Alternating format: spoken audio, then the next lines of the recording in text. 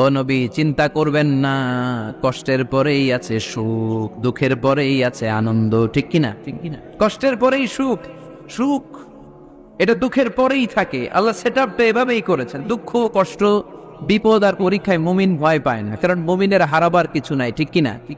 আমাদের জীবনে যদি বিপদ নেমে আসে, আমরা কি চিন্তিত হই? কথা বলেন। আমরা তখন সবর করি। কি করি? আর সবরের সওয়াব আছে না নাই? কারণ মুমিন জানে, রাত যত গভীর হয়, অন্ধকার তমানিসা ভেদ করে সুবহে সাদিক হয়। মুমিন জানে, গর্ভবতী নারীর পেটের যন্ত্রণা যত বাড়তে থাকে, নতুন মেহমান আগমনের সময় ঘনাতে থাকে। ঠিক কিনা? মুমিন জানে, মুমিনের উপর বিপদ কষ্ট যত বাড়তে থাকে, সুখের সময় ঘনাতে থাকে, কাছে আসতে থাকে। চিল্লায় বলেন ঠিক কিনা?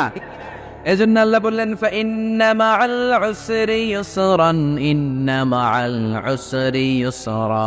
ও নবী, চিন্তা করবেন না, পেরেশান হবেন না। মাক্কি জীবনে আপনার দুঃখ কষ্ট, কিন্তু কিছুদিন পরে ইমাদানি জীবনে আপনার জীবনে সুখ নামিয়ে দিবে কে? আপনার জীবনে আনন্দের বন্যা বইয়ে দিবে কে? মোটিভেশনাল সূরা, পেইন রিলিভিং সূরা। আপনি বিপদে পড়লে এই আয়াত নিয়ে চিন্তা করবেন যে বিপদের পরে আনন্দ আছে, কষ্টের পরেই দুঃখ আছে। সমস্যা যেমনি আছে, সমস্যার সমাধানও। কথা বলেন, সমস্যা যদি থাকে ওইটার সমাধান আছে না নাই? Allah never creates a lock without its কি।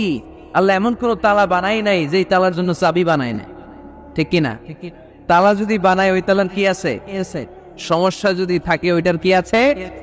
এজন্য কষ্টের পরে আনন্দ, দুঃখের পরে সুখ, চিন্তা করার সুযোগ নাই।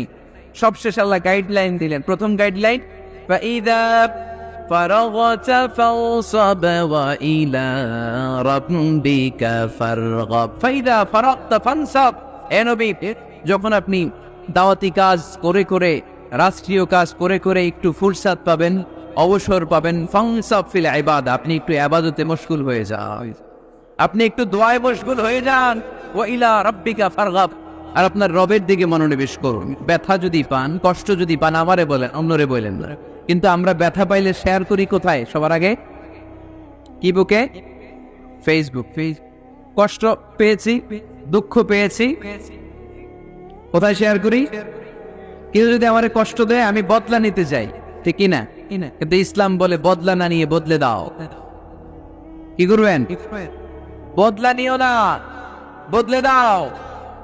আল্লাহর কাছে বল, বন্ধুর কাছে বলার আগে, স্ত্রীর কাছে বলার আগে, ফেসবুকে শেয়ার করার আগে কষ্টের কথা শেয়ার করব কার কাছে?